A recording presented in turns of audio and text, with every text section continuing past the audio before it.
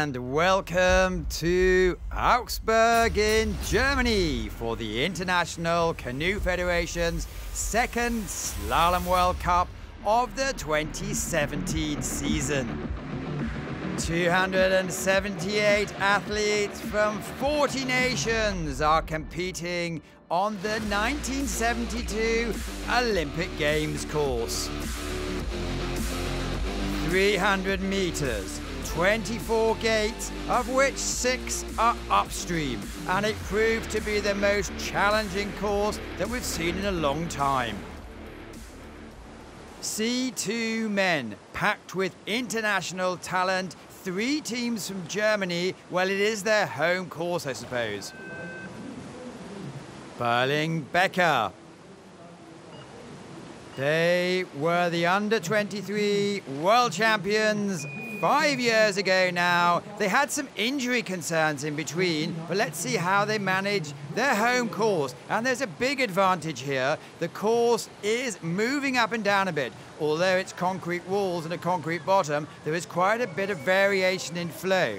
So you'll be able to see the time. The time is real time. If they have a penalty, which means they hit a gate, they have 2 seconds added on instantaneously. If they have a miss altogether or deliberately move a gate out of the way, that is a 50-second penalty and effectively puts you out of the game. And here you see the 2 athletes. They're well up on the form at the moment. Of course, we're looking at the best of the action from the weekend, and we're seeing them slaloming them way down the moves. This is the last up gate. It sets themselves up for the most difficult combination we've seen for a long time. Here it is, 2 downstream gates, very shallow after the 22. It's a big stopper, and so they almost have to do an S maneuver, but Becker have negotiated this with skill. Last quite a long 25-meter pull to the end, and they came across first rank and crucially a clean run. They really have shown you how to do this. Kasper Sindler. The Czech Olympic boat came 8th in the Rio Olympics, and they are the form boat from Prague, where the first World Cup was last weekend, of course winning. They won the heats, the semi-final and the final. Take their business very, very seriously here. Coming into the up 9. This is quite unique because 9 is below up 10, so they have to really use the momentum of the water to put themselves back into the flow. And this is what the course is all about. It's timing when to push and timing when to flow. Here's quite a difficult move. You can punt off the side. A lot of these gates are set in really challenging conditions. And as you can see, the upstreams are normally set where they're a little bit protected, where the water's not flowing. The trick really is anyone can go into an upstream quickly. It's, of course, going out clearly and fast on the exit. But here they are. It's a back left, so they can really push down, squiggle round. A 2-second penalty will cost them. Sprinting over the line. Well, a bit frustrated there. It's the fastest raw time, but with a 2-second penalty, they come in 2nd place. Becker, gold for Germany. Kasper Sindler, silver for the Czech Republic, and Klaus Pesch, bronze for France. After 2 races, the classifications are as follows. Kasper Sindler first, Klaus Pesch second, and Becker third. There's 5 World Cups altogether, 60 for the winner, and the last World Cup is double points.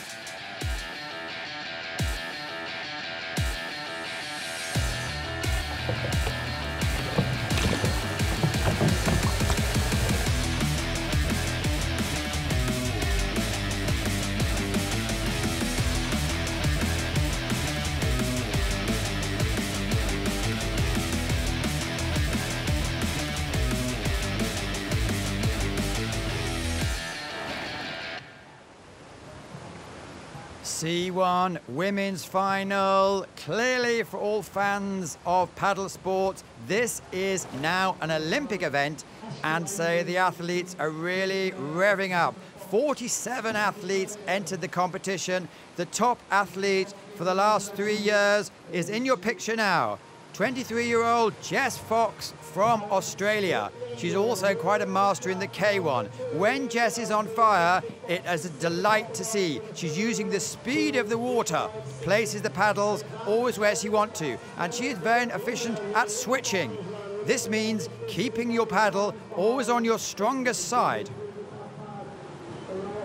And of course, with C1, as they're kneeling, they have a higher center of gravity. They can reach out forward, and so when you're really good at this sport with your angles, your tilt, there is a remarkable amount of control. Jess Fox very rarely puts forward a clean run, but today she must be determined. Last week in Prague, she knocked herself out with a 50-second penalty, but this is pure class, pure control. Using the speed of the water to catapult out clearly through the gates, and really has another 10 strokes to push her over the line. This is how to do it. Well, she takes the lead, you see there, by 17 seconds. Marilee Franklin. She's a week younger than Jess Fox and has a pedigree pretty much the same, although Marilee takes the silver in major events. She started paddling very, very young and is also an extremely accomplished K1 paddler. Always in control, always knowing where she wants to put the paddle. Very long angles here. Great force of whale. Again, switching. It's an automatic response for these athletes. The crowd, as you can hear in the background, are encouraging the athletes to go down the ice canal. First built the canal in 1875 as an offshoot, so ice doesn't go into the water filter works that feeds and rather gives water to the Augsburg residents. Took a 2-second penalty, and as you see, not afraid to switch the boat around to have the right angle to attack the gates. And that's what it's all about. It's not just going through the gate, it's setting yourself up for where you want to be on the next gate. See a different angle here under the bridge. The judges puts her hand out horizontally. That means the athlete has negotiated herself through the gate without touching. Well, a good run, but 10 seconds slower than Jess Fox, who took the victory. Just shows how good it is. Jess Fox, Australia gold. Marilee Franklin, silver for Great Britain. And Lena Stocklin, Germany, takes the bronze.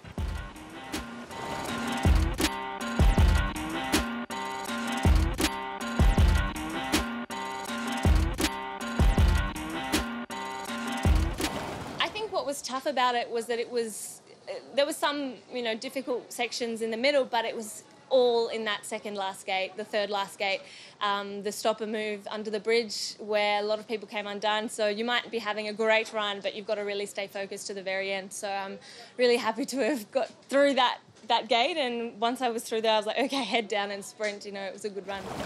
So the standings after 2 races, Marilee Franklin medalled in both events, and she's leading the ball at the moment. Jess Fox, who messed up last week, is catching up quickly. Clara Ozibal, Lena Stocklin, Teresa Fizareva. Hi, I'm Sebastian Schubert from the German team, and today I talk with you about my upstream techniques. Augsburg is a quite special course. We have like many different eddies here, so we have stoppers, we have upstreams and stoppers, we have upstreams at the bridge, like at big drops, at small drops, so it's like many different techniques which are needed here. Like one technique is the sweep technique. If I go like a little bit in front of a gate, then I took my paddle a little bit on the long side, I make a long stroke to get this fast turning around the pole.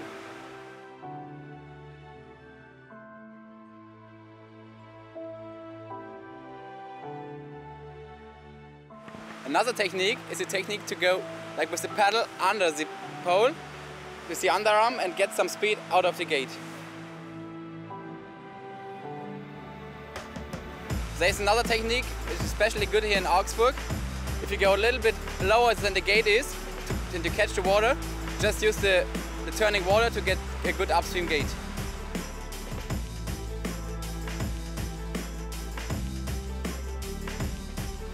I've been here like for many times, and I'm pretty sure I did more than 1,000 upstreams on the ice canal already. If you come here a couple times and watch me paddling, or maybe some others from the German team, you will have the chance to do it the same way. Well, it's the K1 men. Sadly, Sebastian, who made the final, we're not going to see him in the top 3. He made a big mistake at the bottom. However, we are going to see some of the top paddlers of the world in action. Vit Prindis, he won in Prague in the first World Cup, and he's smooth, he's fast, and very determined. And crucially, in the semi-final, he absolutely nailed the last crucial move. Here's the start, so you see a couple of downstreams just to set the mood. A tricky up speed. Here we go, back in the flow. This is part of the 1972 Olympic course, but in the 1972 Olympics, it was a 600-meter race. Shows how much it's developed into a real sprint speed finesse course. And look at that, he's always putting the paddle in the right place. Looks like he's making it easy, in and out of the upturn. These boats are specially designed to fly around the ups. In fact, most athletes design their own boats, their own specifications. And here we see Prague is a very tight, tricky course, so he's mastered these ups. Now that's as good as you're going to get. He surfed over the top of the wave, kept the momentum going, and the ultimate fitness of all these athletes keeps them going for 98 seconds of effort. Well, it's 53 in the lead as he's one of the first to go, and before him someone had a 50-second penalty. Hannes Egner from Augsburg has a great Olympic CV intact. He took a medal in London. He's known in the German style. It's like a machine, pounding away. No finesse, just pure power. Clearly knows all these positions.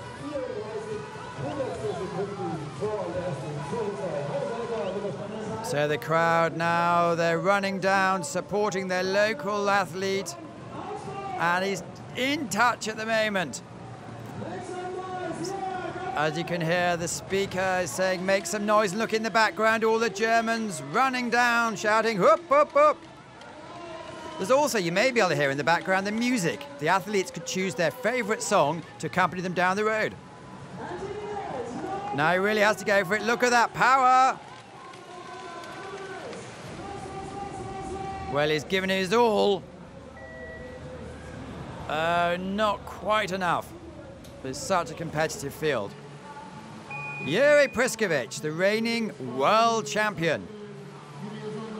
Coached by Yuri Priskovich, his father, also a very accomplished paddler. And Yuri always goes 100%. A few years ago, he said he backed off for one race and promised he'd never do it again.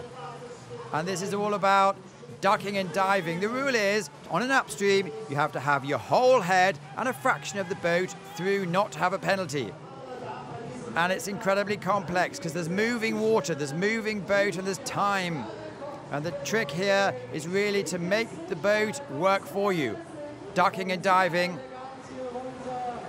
Look how he does this. Oh, just amazing, the coordination. Comes to the last trick of the game. Adjust with the paddle. Oh, it's a 2-second penalty. That's going to make it tricky. He's normally one of the fastest. Well, if it wasn't for that, but we could all say if it wasn't for that, he comes in third. So Vit Prindis, second victory in a week for the Czech Republic. Hannes Egner takes the silver for Germany, and Yuri Priskovich takes the bronze for the Czech Republic.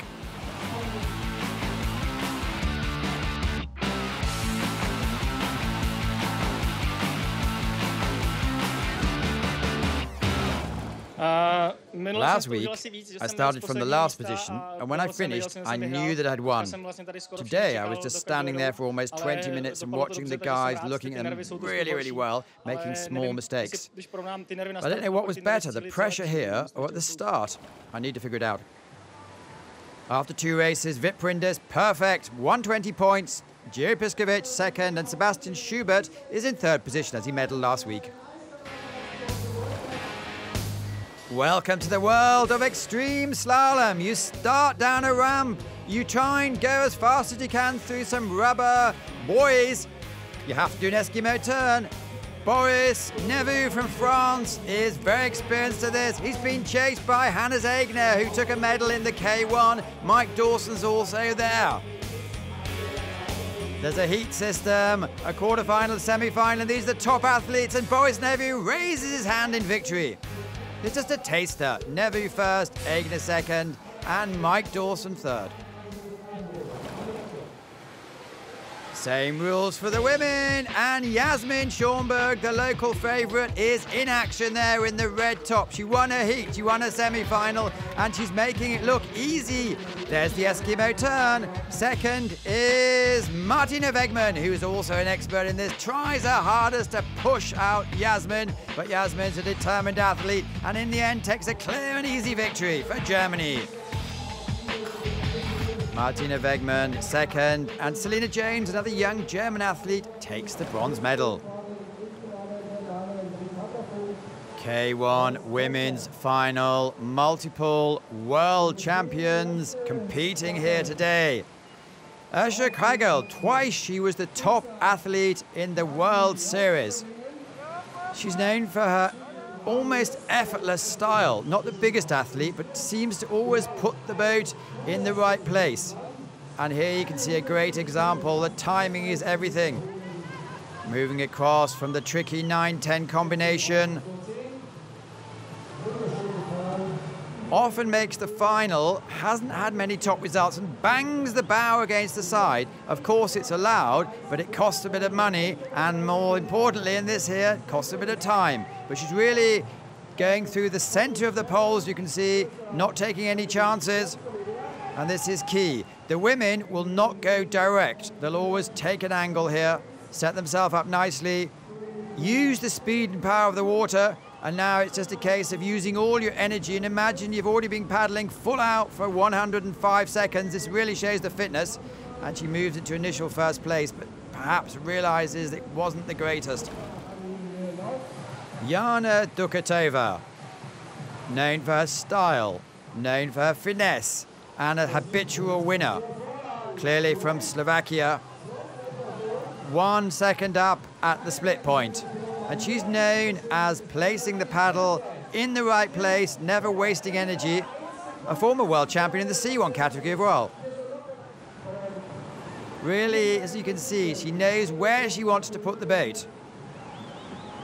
And then powers on down, and the tactic's working. She's over 2 seconds up at the moment. The crowd appreciate one of the best-known athletes on the circuit. Coming to the last section, the trick is to keep left, use the spread of the water, but she's been held up a couple of seconds. That might be costly. And now it's just the final sprint. By the way, when she was 13, she was a sprinter, so she does have the raw power. And moves into provisional first place. It's good to see Jana back on the podium. Ricky or Ricarda Funk from Germany. The last time there was a competition held here, World Cup in 2014, Ricarda won. She has an amazingly fast stroke rate. She always keeps the boat going, and clearly she knows this course as well as anyone. Very, very light. You see that, catapults across the water, and has a huge gallery cheering her down. Taking a very tight line. And it's paid off. Well, 2 seconds up on the field, and Jana Dukatova had a very fast time. Head ducking around, knows exactly where to go. This is where we've seen so many athletes who've been doing well come to problems, but hitting number 17, there's a 2-second penalty there. We saw she was 2 seconds up, so it's going to be close. That is very cleverly and coolly negotiated. Germany, look at the power there. Comes over the line and takes the victory.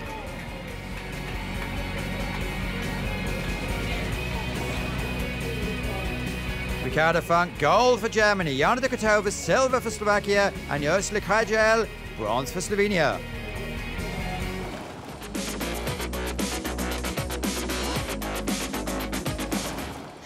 I'm super happy to win in front of my friends and family. It's just awesome. It's a great feeling. super Motivation und dann, dass es auch noch so ausgeht, ich bin mega happy. So the standings after 2 races, Ricarda Funk on the top with 2 medals in 2 weeks. Then follows Mallory Franklin, Jana Dukatova and Olympic champion Marlon Shuro still there. What is your relationship with your boat? Well, when I'm on the water, the boat is part of my body and we are just like one piece. It's pretty intense, but pretty short. I change every 6 months. I like my boat very much as it has a soul, but it's just a piece of carbon and Kevlar. It's like a good fitting shoe on my feet because it's comfortable. Well, the relationship with my boat is very personal. I speak to it, I'm kissing it, you know, I'm cooking food for it, and I love it. The boat is like my home. So my boat for me is really important. It's something that I have to take care because it is taking care of me while I'm racing. Okay, the relationship is complicated. We are friends sometimes, and when we are friends we can also talk, but she never answers. It's my masterpiece. C1 men, final, and top athletes are competing in this event. Franz Anton, although he's German, he's based in Leipzig, and so this is the first time this year he's actually been down this course. Of course, in the C2. He's known as the bowman, who is very dynamic and athletic. Former medalist in 2014 in the C1, 2015 with Jan Benzian, world champion C2. Really knows the water, and that's possibly the best cross we've seen so far. Really punting off the wall just to keep the momentum going. As we see, he had a 2-second penalty on the upstream gate 14, which has been catching a lot of athletes out. And the challenge here is, as a athlete with favouring the right-hand side, there's no depth. He really can't push off anywhere to keep the paddle in, so has to make a strange manoeuvre. But because he's so bendy, he pulls it off. Fires over the line, and will he regret the 2-second penalty? Well, knows he's put down a cracking run. Mate Benesch, very tall, very angular, and you can see almost sometimes leans in front of the boat. Spencer Winters in Australia. So all year in fine weather, he's known as a super technician, one for the big occasion as well. And there's a really close battle in Slovakia. Mikhail Martkin, Alexander Slakowski and Mate Benesch have really put the bar incredibly high. He's known for his feel for the water. Here you go, pushing off, has a huge blade on the paddle and was slightly up. The Olympic vice champion complained about his form, saying he spent so much time on media work over the winter, he was a bit late with his preparations. But he's a real man of the water. Not many words, but many, many actions. And here you go, completely controlling it, and with this absolute power, controlling the boat, offside, onside, across the water. And moves into first place by 1.94. Sidiris Tassiadis, a local man, an Olympic medalist from London, and incredibly popular. He's one of the poster boys. You see his poster everywhere in the city of Augsburg, up at the midpoint. A completely different style. As you see, he has a very short paddle, but like the Germans, he's pumping away all the time. And one of the most popular athletes. You can hear the noise of the compatriots banging the sideboardings. Well, so far, 1.85 seconds up. This is looking like a cracking run. Just has to negotiate the last 3 gates. Well, that's done well. No, he's hit the last challenging gate of the day. That could be costly. He was ahead, but let's see where he comes out.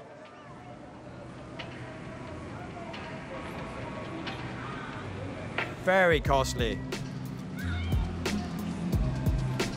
So Germans won the C2, Germans won the K1 women, but not the C1. It's Mate Benes from Slovakia who takes the gold. Siddharth Tasiadis takes the silver for Germany, and Franz Anton takes the bronze for Germany.